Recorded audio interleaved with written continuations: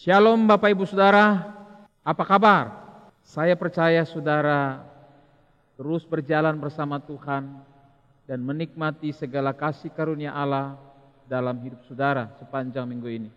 Bapak Ibu Saudara yang dikasihi Tuhan, judul firman Tuhan hari ini adalah masih ada pengharapan bagi Anda yang telah meninggalkan Yesus. Banyak orang yang telah terjebak di dalam dosa dan kejahatan. Kemudian ia merasa tidak layak. Hidupnya terus diganggu oleh intimidasi-intimidasi, penuduhan-penuduhan yang dilakukan iblis di dalam hatinya bahwa ia tidak layak untuk datang kembali kepada Tuhan. Ia tidak layak untuk bersekutu dengan Tuhan. Ia tidak layak untuk menikmati kasih Tuhan karena ia telah jatuh begitu dalam. Bapak Ibu Saudara, kegelapan tidak akan pernah menang atas terang. Yesus berkata dalam Yohanes 8 ayat 12, kembali kita baca, "Aku adalah terang dunia. Orang yang mengikuti aku tidak akan berjalan di dalam kegelapan, tetapi akan memperoleh terang kehidupan." Apabila saudara telah meninggalkan terang, dan kemudian saudara kembali kepada terang, mengikuti terang, selalu kegelapan saudara akan diubah menjadi terang. Karena kegelapan hidup saudara tidak akan pernah mengalahkan terang Tuhan kita Yesus Kristus. Apakah terang Tuhan kita Yesus Kristus itu yang selalu ada untuk saudara, sekalipun saudara sudah jauh dari Dia, meninggalkan Tuhan, bahkan mungkin orang katakan sudah murtad. Tapi dengarkan firman Tuhan hari ini, selalu ada harapan bagi saudara. Sekalipun saudara telah meninggalkan Tuhan, firman Tuhan mengajarkan kepada kita di dalam Yohanes pasal 1 ayat 16 dan 17. Karena dari kepenuhannya kita semua telah menerima kasih karunia demi kasih karunia. Sebab hukum Taurat diberikan oleh Musa, tetapi kasih karunia dan kebenaran datang oleh Yesus Kristus. Di sisi agama atau dari sudut agama, bisa saja saudara tidak diterima. Memang demikian keadaannya. Karena siapa yang berdosa akan terkutuk. Itu yang terjadi dalam masa-masa hukum Taurat di dalam perjanjian lama. Setiap orang yang berdosa harus dihukum, harus dikutuk. Seperti dalam kebenaran firman Tuhan yang kita dengarkan minggu kemarin. Perempuan yang kedapatan berzina, menurut hukum, dia harus dirajam sampai mati.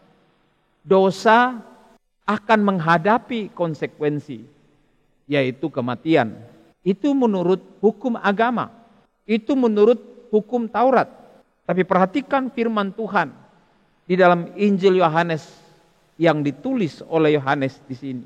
Dari kepenuhan Yesus Kristus, di mana Ia adalah Allah 100% dan manusia 100%. Dalam kepenuhannya, Ia telah memberikan hidupnya kepada kita di atas kayu salib. Ia menjadi tumbal dosa karena kita, supaya kita menerima kasih karunia. Bukan hanya kasih karunia. Ketika kita terima Yesus pertama kali sebagai Tuhan dan Juru Selamat kita, dan kita dilahirkan baru menjadi anak Allah, menjadi warga keluarga Allah, berdamai dengan Bapa di sorga. Tetapi ketika kita jatuh dalam dosa, meninggalkan Tuhan sekalipun, ketika kita kembali, kita tetap mendapatkan kasih karunia Allah. Tuhan tidak menolak. Memang dalam ayat 17 berkata, hukum Taurat diberikan oleh Musa. Dan hukum Taurat ini menghukum setiap orang yang berbuat dosa. Kutuk bagi yang tidak taat. Dan berkat bagi mereka yang mampu taat. Tetapi bagaimana jika kemudian saudara meninggalkan Tuhan atau jatuh ke dalam dosa? Entah dosa-dosa kecil, terlebih dosa-dosa besar. Apakah Tuhan masih menerima saudara kembali? Kasih karunia dan kebenaran tidak datang dari hukum Taurat yang dibawa oleh Musa, tetapi kasih karunia Allah terang cahaya kemurahan dan kebaikan Allah, terang kebenaran Allah telah diberikannya kepada kita di dalam Yesus Kristus. Dalam kisah Lukas pasal 15, kita akan belajar 5 hal tentang seorang anak yang meninggalkan bapaknya, meninggalkan persekutuan dengan bapaknya, meninggalkan anugerah Allah yang luar biasa di dalam rumah bapaknya, dalam keluarganya. Ia pergi meninggalkan ayahnya, tetapi kasih karunia Allah tetap ada baginya saat dia pulang. Mari kita lihat dan kita pelajari kisah dari anak ini yang diceritakan oleh Yesus Kristus sendiri. Yang pertama adalah anak ini menjual hak-haknya sebagai anak, lalu pergi meninggalkan bapaknya dan hidup dalam dosa. Dalam Lukas pasal 15 ayat 13 bagian A, itu dikisahkan sebelumnya bahwa dalam satu keluarga ada 2 orang anak, 1 bungsu dan 1 sulung. Si bungsu ini berkata kepada ayahnya, "Berikanlah kepadaku bagian warisanku, supaya aku menggunakannya sendiri, supaya aku mengelolanya sendiri." Ayahnya tidak menolak permintaan dari sang anak. Sebagian daripada harta sang ayah diberikan kepada anaknya. Dan ayat 13a berkata, beberapa hari kemudian anak bungsu itu menjual seluruh bagiannya. Tidak ada yang tersisa. Seluruh bagiannya. Lalu pergi ke negeri yang jauh. Bapak, Ibu, Saudara, seandainya saudara berada pada posisi seperti ini, mungkin saudara telah dihakimi sedemikian rupa bahwa saudara telah murtad, telah tinggalkan Yesus. Tetapi apakah benar demikian dalam kisah seperti ini? Yesus mengajarkan kepada kita tentang kisah ini begitu luar biasa, bahwa anak itu telah menjual seluruh bagiannya. Artinya kehidupan yang dinikmatinya, status yang dinikmatinya, berkat-berkat yang telah dinikmatinya, bahkan diterimanya full dari bapaknya, itu telah dijual sedemikian rupa sehingga tidak ada yang tersisa. Lalu bukan hanya menjual, tetapi ia pergi meninggalkan ayahnya, pergi ke negeri yang jauh. Artinya bahwa anak ini telah jauh dari Tuhan, jauh dari persekutuan, jauh dari keluarganya, jauh dari keakraban dengan bapaknya, jauh dari saudara-saudaranya. Dan tentu saudara sudah mengetahui seperti apa keadaan orang-orang seperti ini. Dalam dunia agama atau di dalam dunia kegerejaan secara umum, bisa saja orang-orang seperti ini dibuatkan stigma sedemikian rupa bahwa ia telah murtad, ia telah meninggalkan Tuhan, dan sejumlah hujatan, penghakiman datang kepada dia. Tetapi dengarkan firman Tuhan bahwa anak yang telah menjual seluruh bagiannya itu, ia telah pergi ke negeri yang jauh. Kehidupan masih terus berjalan. Kata orang, bola masih terus bergulir. Jangan kita berhenti dan kemudian menghakimi diri kita kalau kita terpuruk. Kalau saudara sedang terpuruk dalam keadaan seperti ini, meninggalkan bapakmu, meninggalkan imanmu kepada Yesus Kristus, meninggalkan persekutuan dengan saudara-saudaramu di dalam Tuhan. Dengarkan baik-baik.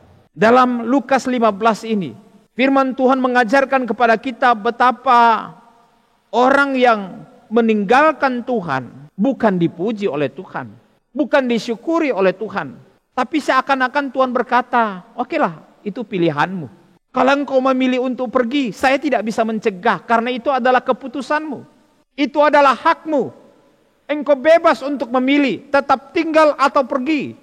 Kepada jemaat Efesus dalam Wahyu 2 ayat 4, Yesus pernah menegur.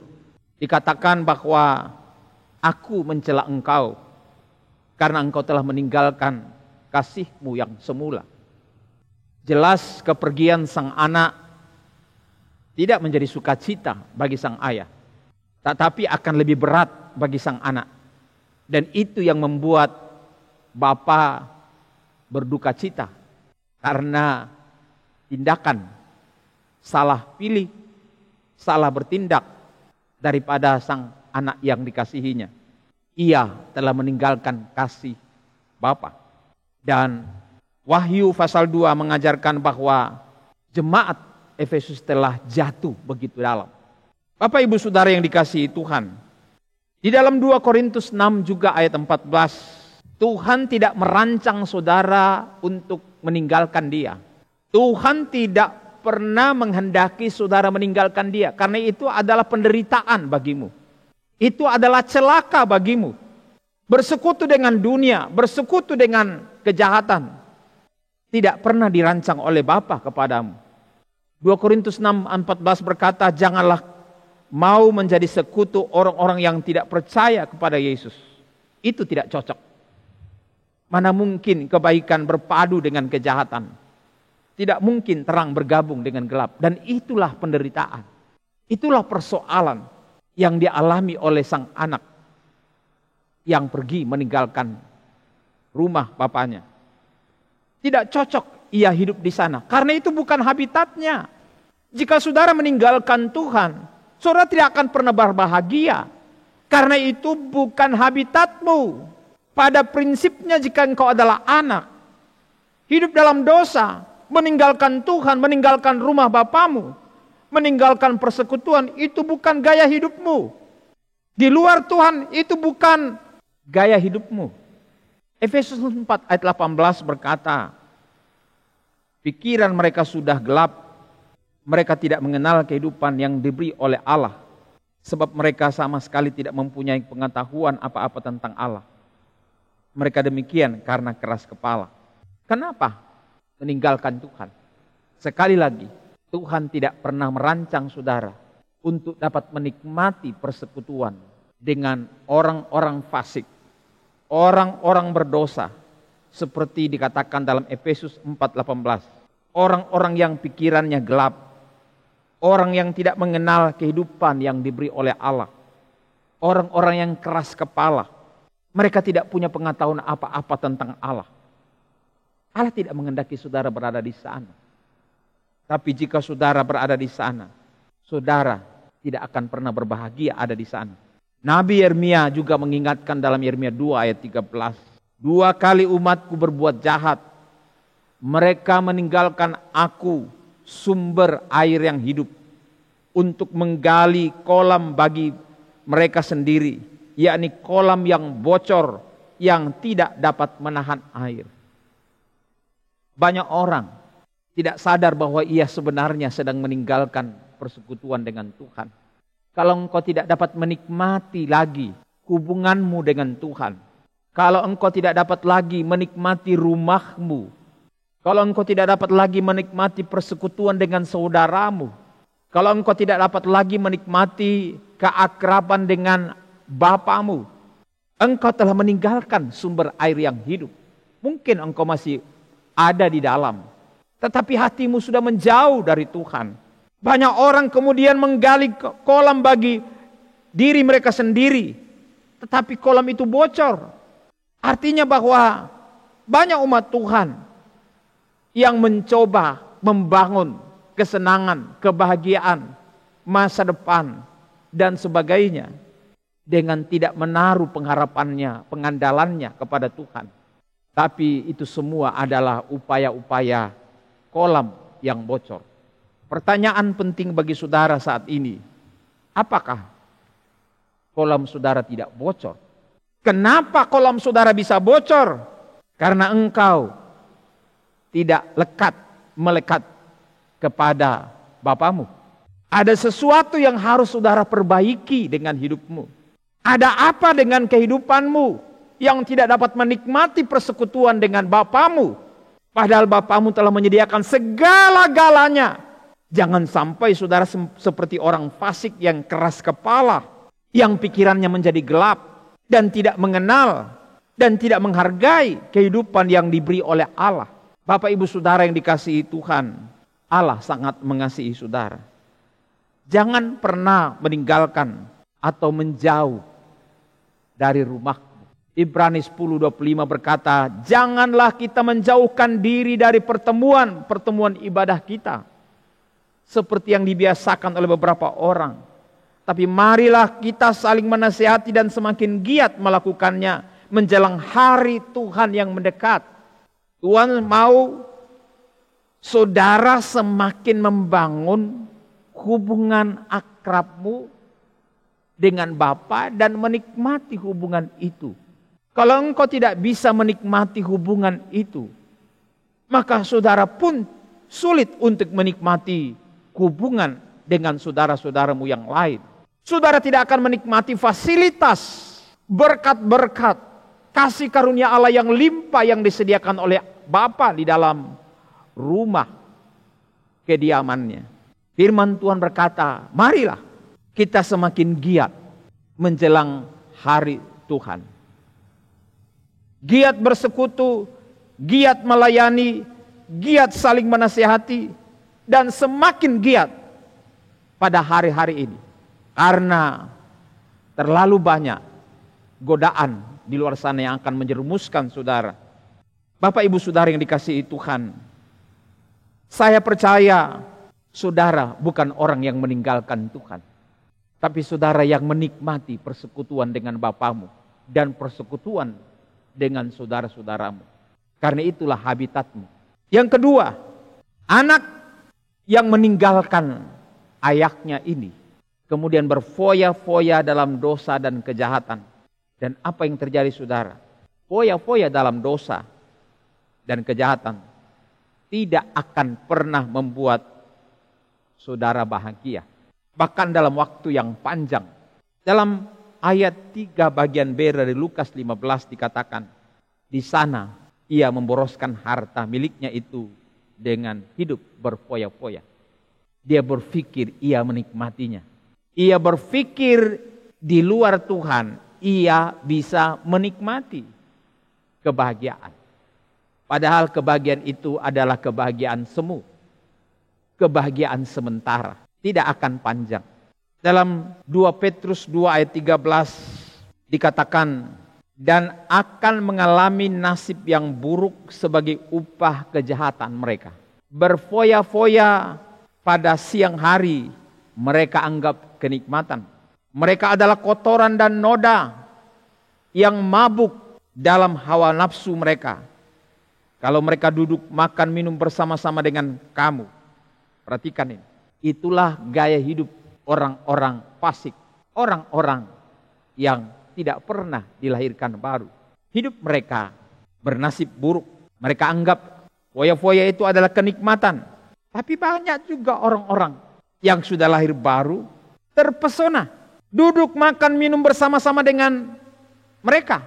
Mereka begitu berfoya-foya dan menikmati dosa. Dan apakah orang-orang Kristen, orang-orang yang sudah lahir baru seperti saudara dapat menikmati suasana pesta-pesta seperti itu? Gaya hidup orang-orang di luar Tuhan, ayat 14 berkata, mata mereka penuh nafsu zina dan mereka tidak pernah jemu berbuat dosa. Mereka memikat orang-orang yang lemah. Hati mereka telah terlatih dalam keserakahan. Mereka adalah orang-orang yang terkutuk. Itulah gaya hidup orang di luar Tuhan. Dan apakah saudara akan terjebak di sana? Tertarik untuk hidup bersama mereka dengan gaya hidup mereka? Kalau kita baca ayat 14 bagian B, mereka ini memikat orang-orang yang lemah. Rupanya ada orang-orang Kristen, orang-orang yang sudah lahir baru tetapi lemah. Sangat mungkin masih kanak-kanak rohani. Sangat mungkin dia tidak bertumbuh sehat. Sangat mungkin kualitasnya tidak baik. Sangat mungkin kehidupannya sebagai orang percaya tidak selaras dengan kebenarannya, panggilannya di dalam Kristus Yesus.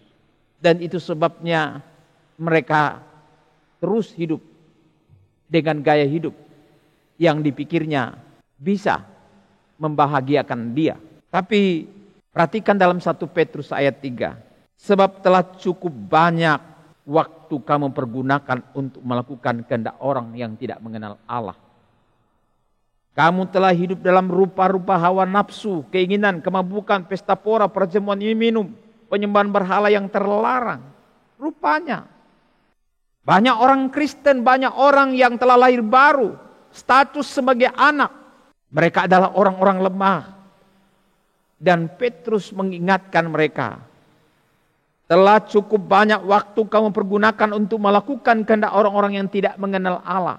Rupanya orang-orang Kristen pada masa itu terus bergaul dengan orang-orang yang tidak percaya kepada Tuhan dan menikmati gaya hidup pergaulan dalam dosa, dalam rupa-rupa hawa nafsu, keinginan, kemabukan, pesta pora, perjamuan minum dan penyembahan berhala.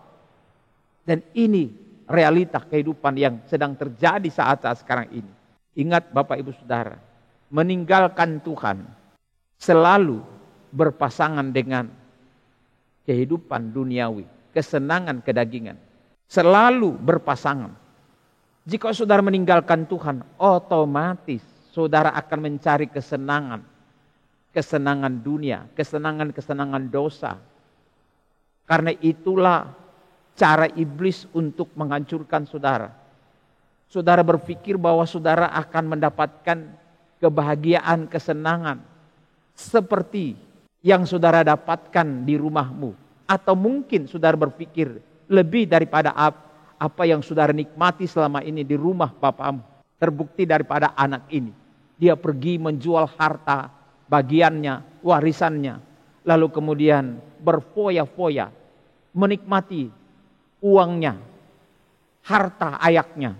Dengan perempuan-perempuan, dengan pelacur-pelacur. Dan segala macam kesenangan-kesenangan dunia yang bertentangan dengan kehendak Tuhan. Bapak Ibu Saudara yang dikasihi Tuhan, mari kita belajar dari kebenaran ini bahwa kehidupan yang saudara tidak bisa nikmati di dalam Tuhan akan membuat saudara meninggalkan Tuhan dan kemudian berpikir saudara akan menikmati kesenangan yang lebih baik, kebahagiaan yang lebih menjanjikan di luar sana. Saya mau beritahu, mustahil saudara. Nikmat sesaat, sengsara jangka panjang. Yang ketiga, kesenangan di luar Tuhan akan berakhir dalam keterpurukan dan kesia-siaan. Dalam ayat 14 dari Lukas 15 berkata, setelah dihabiskannya semuanya. Ingat Bapak Ibu Saudara, semua yang saudara punya, kasih karunia Allah dalam segala sesuatu, bisa saja habis, saudara habiskan. Semua modal saudara di dalam Tuhan yang diberikan Tuhan kepadamu, berkat-berkat yang Tuhan berikan kepadamu, bisa habis dalam kesenangan-kesenangan palsu saudara, dalam tipu daya iblis, dan pergaulan dengan kejahatan-kejahatan yang lain di luar sana. Setelah dihabiskannya semuanya, sekali lagi, berkat-berkat, kekuatan, kesehatan, kesempatan, waktu, berkat jasmani, materi dan sebagainya, pekerjaan, bisa saudara habiskan dengan sia-sia. Lalu selanjutnya apa yang terjadi?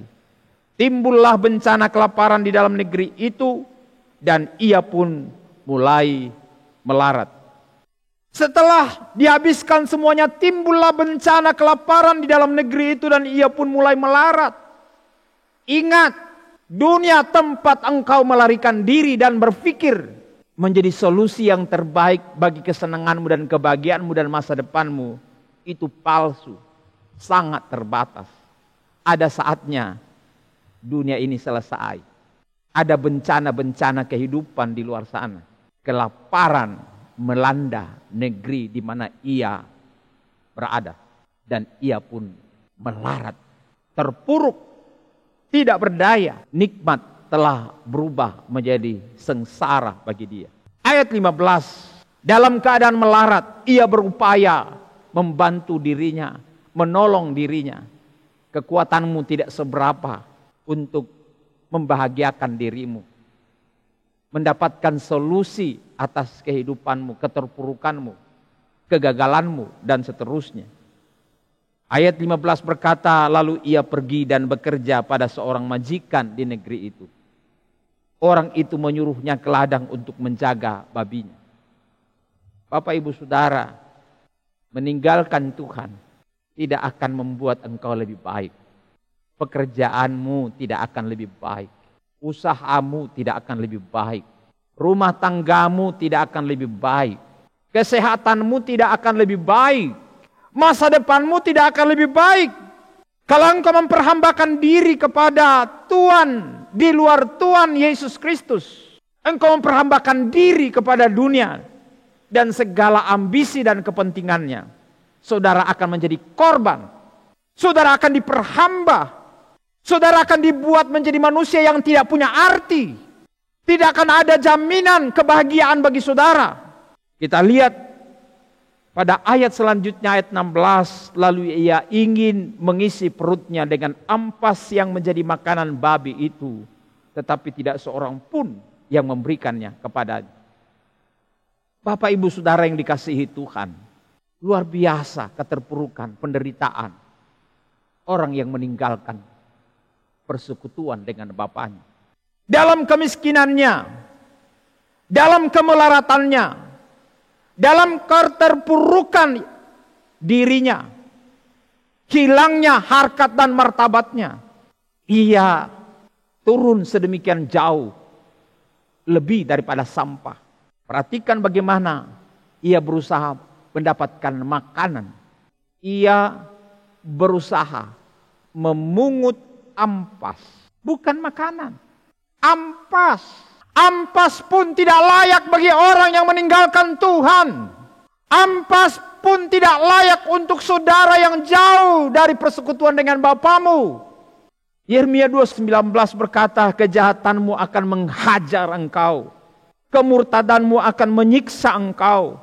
Ketahuilah dan lihatlah betapa jahat dan pedihnya engkau meninggalkan Tuhan Allahmu dan tidak gemetar terhadap aku. Demikianlah firman Tuhan Allah semesta alam. Sekali lagi, betapa pedihnya jika engkau meninggalkan Tuhan. Sangat pedih.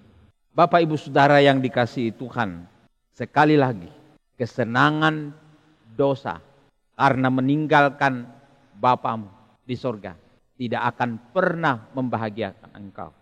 Minggu depan kita akan sambung kebenaran ini. Tapi saya menyimpulkan dari 3 prinsip ini bahwa janganlah saudara berpikir saudara akan menikmati kebahagiaan lain selain dalam persekutuanmu dengan Bapa di sorga. Jangan saudara berpikir bahwa berfoya-foya di luar persekutuan dengan Bapa, kesenangan yang saudara cari di luar persekutuan dengan rumahmu bersama Bapa dan saudaramu tidak akan membuat engkau bahagia, tetapi justru akan membuat engkau terpuruk. Kesenangan di luar Tuhan akan membuat engkau semakin terpuruk dan hidup dalam kegagalan, kesia-siaan.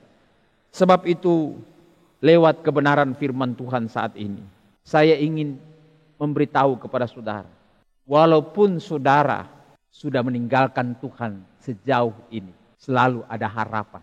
Masih ada harapan bagi saudara. Saudara percaya? Ikuti firman Tuhan ini minggu depan. Saudara akan menemukan bahwa harapan masih ada bagi saudara yang meninggalkan Tuhan. Karena Tuhan mengasihi engkau. Tuhan menunggu engkau untuk berbalik kepada Dia. Tuhan memberkati saudara. Amin.